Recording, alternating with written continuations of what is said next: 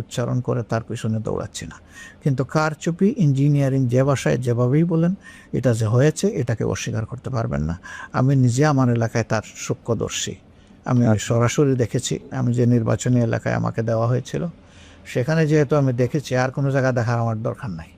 এখানে আমারও বিজয় ছিনিয়ে নেওয়ার জন্য একটা সেন্টারে হামলা চালানো হয়েছিল দখল করে নেওয়ার জন্য। আইনশৃঙ্খলা বাহিনী সদস্যরা যদি তাৎক্ষণিক হস্তক্ষেপ না করতো আমিও হারতাম, কারণ ওই একটা বিল্ডিংয়েই 26,000 ভোট, আমি জিতেছি 21,000 সামথিং ভোটের ব্যবধানে। তো ওই সেন্টারটা পুরা দখল করে আমাকে 10টা ভোট দিয়ে যদি সব নিয়ে যেত, হয়েছে বাংলাদেশের বহু জায়গায় চিত্র হয়েছে। ইলেকশন ইঞ্জিনিয়ারিং নিয়ে আপনি কোনো কথা বলবেন না, এবং আপনি আসলে ভোটের ফল হওয়ার পরে আপনি অভিনন্দন জানিয়েছেন, আপনি এই কথাগুলি আপনি একই রকম, আমি ওই যে ইতিবাচক ধারা রাজনীতিটা আপনি একই রকম কথা বলছেন, কিন্তু আমি একটা কথা আপনি অভয় দিলে জিজ্ঞেস করতেই চাই, আমি জিজ্ঞেস করতেই চাই যে যদি কেউ ইঞ্জিনিয়ারিংটা করে থাকে এরা কারা আসলে? এরা কি ডক্টর ইউনূস সাহেব? এরা কি ভিতরে থাকা আপনাদের লোক, বিএনপির লোক, সেনাবাহিনী? তারা কারা আসলে? মানে if there is any engineering. এখন ওরকম স্পেসিফিক্যালি বলতে হলে তো আমার সামনে সাবস্টেন্সিয়াল ডকুমেন্টস লাগবে। কিছু জিনিস আছে বলা যায় করা যায় না, কিছু জিনিস আছে করা যায় বলা যায় না, কিছু জিনিস আছে বুঝি কিন্তু বলতে পারি না। এটা সমাজের কথা আমি বলতেছি, আমার বিষয়টা ভিন্ন। তো এই বিষয়টা পরিষ্কার হতে আস্তে আস্তে তো শুরু হয়ে গেছে না? এই দুইটা রিপোর্টকেই যদি আপনি সামনে রাখেন সেখানে আপনি কিছু আলামত পেয়ে যাবেন, এবং আমার ধারণা যে কিছুই গোপন থাকবে না। দেখেন, এই 2008 সালে যে ইঞ্জিনিয়ারিং হলো, সেই ইঞ্জিনিয়ারিংয়ের পরে এরশাদ সাহেব হাটে হাড়ি ভেঙে দিলেন একেবারে সংসদের ভিতরে। উনি বললেন যে মাননীয় সংসদ সদস্য কিন্তু ভুলে যাবেন না আমরা কিভাবে এই সংসদে এসেছি, কার হাত ধরে এসেছি, সবকিছু জনগণের ভোট নয়, এটা উনি বলে দিলেন একদম খোলামেলা। উনি মাঝে মাঝে এগুলো বলে দিতেন। একসময় বলছিলেন যে এখন আমরা এমন এক জনপদে বসবাস করছি, পরে থাকলে খুন আর বাইরে গেলে গুম, এই শব্দটা কিন্তু উনি বলেছিলেন। এবং সেই সরকারের অংশ, বিরোধী দল সরকারের অংশ, মানে সেই অবস্থায় তিনি বলেছিলেন। আমাদের ধারণা যে ঠাকুর ঘরে কে রে আমি কলা খাই না, একদিন কি একজন বলে ফেলবে, আপনারা জেনে ফেলবেন।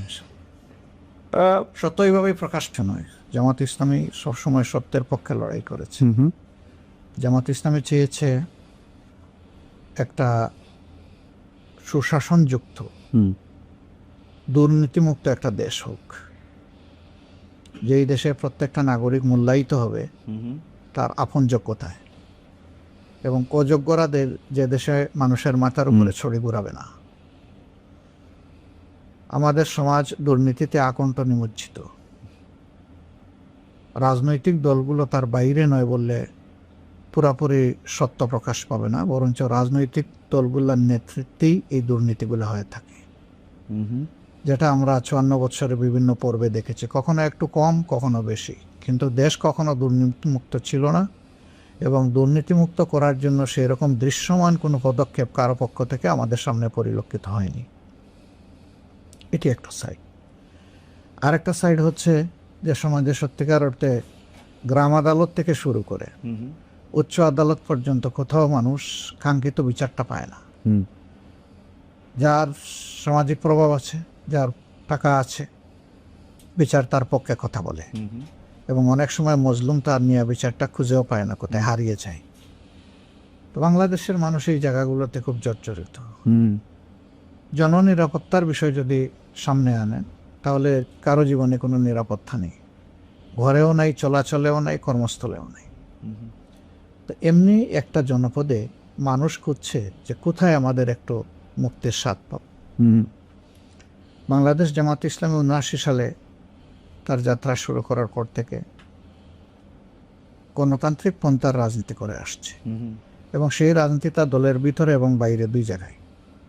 অন্য কোনো দলে সেটা কতটুকু আছে না আছে আমি সে বিতর্কে যাচ্ছি না, কিন্তু আমরা আমাদের জায়গাটায় এ বিষয়ে পরিচ্ছন্ন যে আমাদের প্রত্যেকটা নেতৃত্ব নির্বাচিত হয় গণতান্ত্রিক পন্থায় অভ্যন্তরীণভাবে, এবং প্রত্যেকটা সিদ্ধান্ত গৃহীত হয় যথাযথ ফোরামে আলোচনা করে।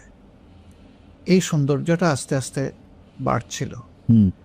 আর বিশেষ করে 2024 সালে যখন আমাদের যুব সমাজ তাদের ন্যায্য কাজের দাবিতে, তাদের মেধার স্বীকৃতির দাবিতে যখন আন্দোলন শুরু করে, তখন সরকার অতীতের 15.5 বছরের মতোই চেয়েছিল এই আন্দোলনটাকেও দমিয়ে দিতে, কিন্তু শেষ পর্যন্ত তাদের হাত থেকে ফসকে যায় তাদের এই কন্ট্রোল, নিয়ন্ত্রণ, এবং জনতার বিজয় হয়। তবে সে বিজয়ের যে লড়াইয়ের নেতৃত্ব দিয়েছে যুব সমাজ।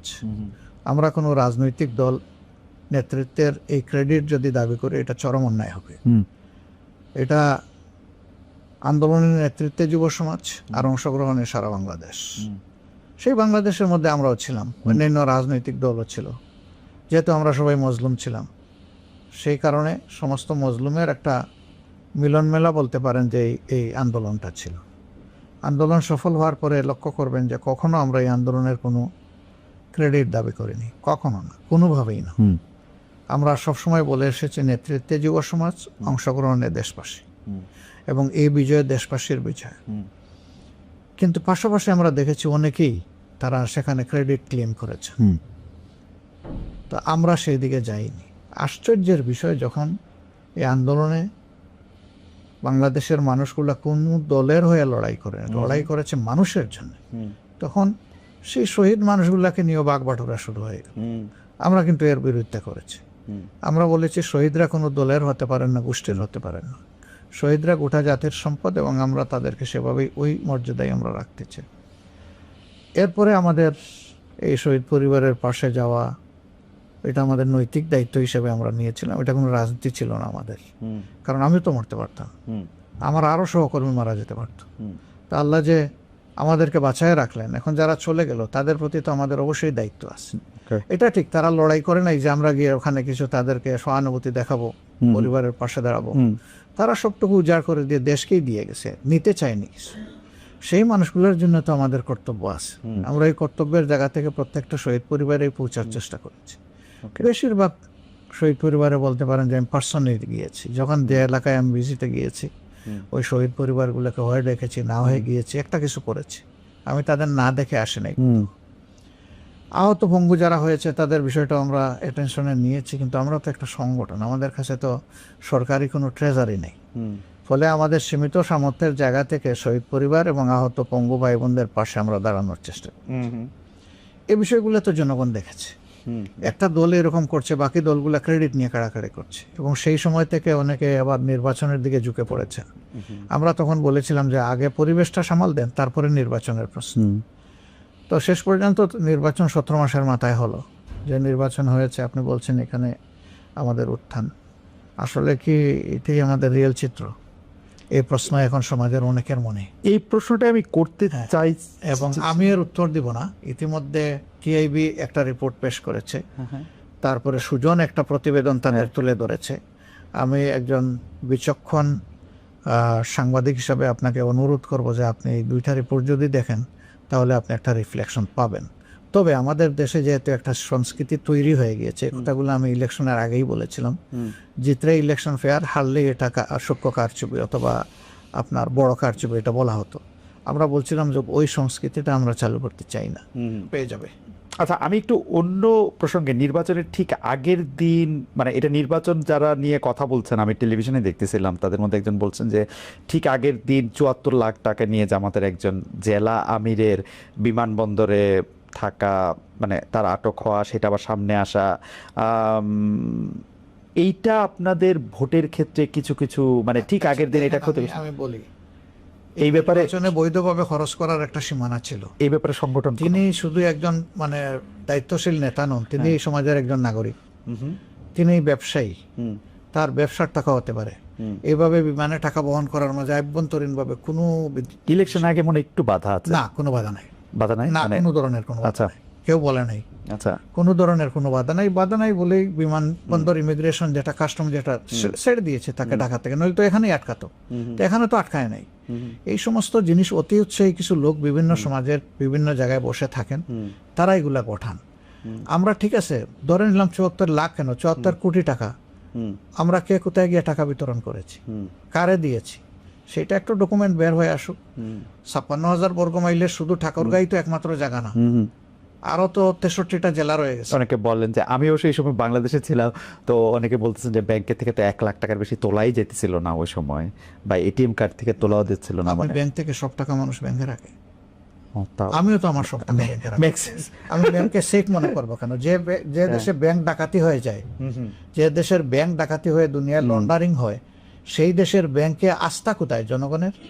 এতগুলা ব্যাংক কেন আজকে মুক্ত বলে পড়ে থাকলো? এতগুলা ব্যাংকে কেন একসাথে আনতে হলো? এগুলার জবাব কে দিবে? আসলে যদি দেশের বিদ্যমান আইনে কোথাও কোনো নিষেধাজ্ঞা না থাকে, আর সেটা নিয়ে যদি কেউ কিছু করে, সেটা নিঃসন্দেহে বাড়াবাড়ি। এটা আরেকটা ব্যাপার নিয়ে একটা কথা হচ্ছে যে নির্বাচনী প্রচারণা যখন তুঙ্গে, তখন আপনার এক্স অ্যাকাউন্ট, যেটা টুইটার বলি আমরা, সেটা হ্যাকের ঘটনা ঘটে। আপনি পরে নিজেও ওই অ্যাকাউন্টে যে বক্তব্য বলা হয়েছিল সেটাকে নিজেও আপনি, আপনার ভাষায় বলি যে আপনি জঘন্য বলছেন। তো যার বিরুদ্ধে হ্যাকের অভিযোগ আসছে, সে বঙ্গভবনের কর্মকর্তাকে গ্রেপ্তারও করা হয়েছিল। এইটা আপনারা, মানে আপনার জানার মতো এটা ফলো আপে আছে কিনা? কারণ উনার বক্তব্য হচ্ছে কেউ যদি কোনো এরকম একটা লিঙ্ক পাঠায়, এটা নিজের নামে পাঠাবে কিনা, এই ক্ষেত্রে নানা ধরনের কথা আছে। আপনি এটা ফলো আপে রাখছেন কিনা? তো উনি ইনডিরেক্ট কথা বললেন, উনি ডিরেক্ট করতে পারলেন না কেন যে না বঙ্গভবন থেকে এটা হয়নি? কেন বলতে পারলেন না? ওকে, কিন্তু বলতে পারেননি, তাহলে তো তিনি এডমিট করে নিয়েছেন। এবং এটা জঘন্য কাজ, এই ব্যাপারে তো কোনো সন্দেহ নেই। কথাগুলোও ছিল জঘন্য, কাজটা এর চাইতে জঘন্য। কোথার থেকে হয়েছে? বাংলাদেশের সর্বোচ্চ আস্থার জায়গা, সর্বোচ্চ গার্জিয়ানশিপের জায়গা থেকে। আমি তো মনে করি এই একটা ঘটনায় উন্নত দেশ হলে প্রেসিডেন্ট নিজে স্টেপ ডাউন করতেন, বলতেন যে আমার আঙ্গিনা, আমার ঘর আমি সেভ রাখতে পারি নাই, একজন নাগরিক, তার অধিকার আমি হরণ করেছি, আমি এই কারণে আমার ব্যর্থতার দায় নিয়ে আমি পদত্যাগ করলাম। ওকে, এটাই মোরালিটির দাবি। এখানে আমাকে আইন লড়াইয়ে যেতে হবে কেন? কিন্তু এটা কেমন জানি একটা যুক্তির কথা এরা বলে যে আমি কি আমার নিজের নামে করতাম কিনা, মানে আমি যদি এরকম একটা, উনি বলুক, উনি এলে কে করেছে, ওখান থেকে কিভাবে আসছে, উনি বলুক, এক্সপ্লেনেশন তো উনাকে দিতে হবে। ওকে, আপনার বেশ কয়েক মাস আগে আপনি কর্মরত নারীদের কর্মঘণ্টা বিষয়ে আপনার একটা বক্তব্য ছিল। নির্বাচনের কিছুদিন আগে আল জাজিরায় যে আপনি সাক্ষাৎকার দিলেন, সেখানে আপনি একটা স্পষ্ট করেছেন যে জামায়াতের প্রধান হিসেবে নারীদের আসার কোনো সুযোগ নেই। আমরা এটাকে ধরে নিয়েছি যে আপনি এটা মিন করছেন যে দেশের প্রধান হিসাবে আসলে নারীদের আসার সুযোগটা সীমিত। এখন একটা প্রশ্ন, এই প্রশ্নটা আসলে দুইটা পার্ট। একটা প্রশ্ন হচ্ছে বেগম জিয়ার নেতৃত্বে জামায়াত আসলে ক্যাবিনেটে ছিল ভালো মতো। আরেকটা প্রশ্ন হচ্ছে যে আমি করতে করতে দেখতেছিলাম যে ফাতেমা জিন্নাহ যখন 1964 সালে আইয়ুব খানের বিরুদ্ধে লড়ছিলেন, তখন আশরাফ আলী থানভীর নেতৃত্বে একাধিক আলেম এই মত পোষণ করছিলেন, যেহেতু কোরআনে রানী বিলকিসের কথা আছে এবং তার মুসলমান হওয়ার পরও তার বাদশাহী যাওয়ার কথা নাই সেখানে পড়ে। আমিও যতটুকু বুঝছি, উনার কথা আমি যতটুকু বুঝছি, যে আসলে মানে রাষ্ট্রপ্রধান বা সরকার প্রধান হওয়ার ক্ষেত্রে নারীদের বাধা নাই। দুইটা আসপেক্টে যদি আপনি বলেন, একটা পলিটিক্যাল আসপেক্ট, একটা থিওলজিক্যাল আসপেক্ট। বিলকিসের কথা বলি, জি, সাবার রানী ছিলেন। জি, সেবার রানী, জি, সাবার রানী ছিলেন। ওনাকে মূলত কল করেছিলেন সুলেমান, জি।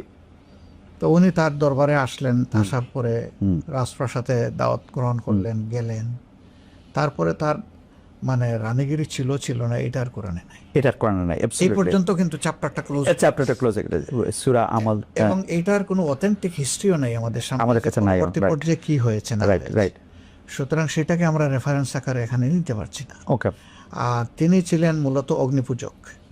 তো এটা তো বিশ্বে অনেক জায়গায় সেটা ছিল তখনকার আমলে, পরবর্তী যুগেও ছিল, যেমন এখনকারীরা, তাদের অবস্থাটা ওই রকম দাচের একটা বিষয় ছিল। কিন্তু পরবর্তীতে তারা যখন তাদের অ্যানসেস্টর যারা ইসলাম কবুল করেছে, তারা তখন ওইটা থেকে বের হয়ে এসেছে। তো সেটাকে আমি রেফারেন্স হিসেবে নিতে রাজি না। ওকে, ফেয়ার এনাফ। এখন আর রিজালু কাওয়ামুনা আলান নিসা, কেন আল্লাহ সেটার ব্যাখ্যা দিয়েছে যে নারী জাতির বেশ কিছু দায়িত্ব পুরুষকে পালন করতে হয়, কিন্তু পুরুষের কোনো দায়িত্ব নারীকে পালন করতে হয় না। ওকে।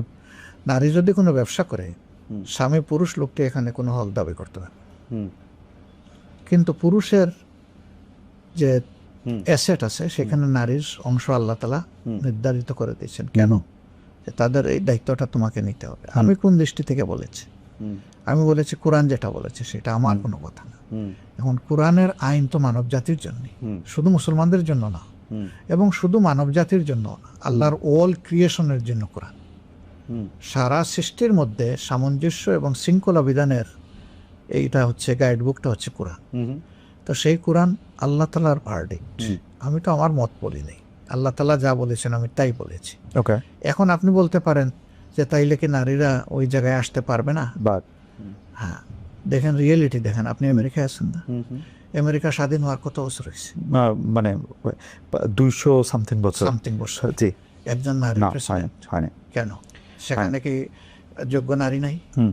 কিন্তু আবার ইংল্যান্ডে হয়েছে, ইংল্যান্ডে হয়েছে, আরো অন্যান্য জায়গায় হয়েছে। কিন্তু এখন আমেরিকাতে হয় নাই। হ্যাঁ, এখনকার দুনিয়ার সবচেয়ে বড় শক্তিশালী দেশ যেটা, সেই দেশে নারীরা কি কোনোদিন কম্পিটিশনে আসেনি? আসছে কিন্তু ফেল করছে কিন্তু দুইবার। তাদেরকে আমেরিকাবাসী সিলেক্ট করে নাই। রাইট। কেন করে নাই? এই জব তারা দিতে পারে। তবে আমরা তাদেরকে একটা বিচক্ষণ বুদ্ধিমান জাতি হিসাবেই দেখতে পাই, ওকে, সাহসী হিসাবেও তো সেখানে দেখেন এটা হয়নি। তো যুক্তিতে আপনি গেলে কি দেখবেন?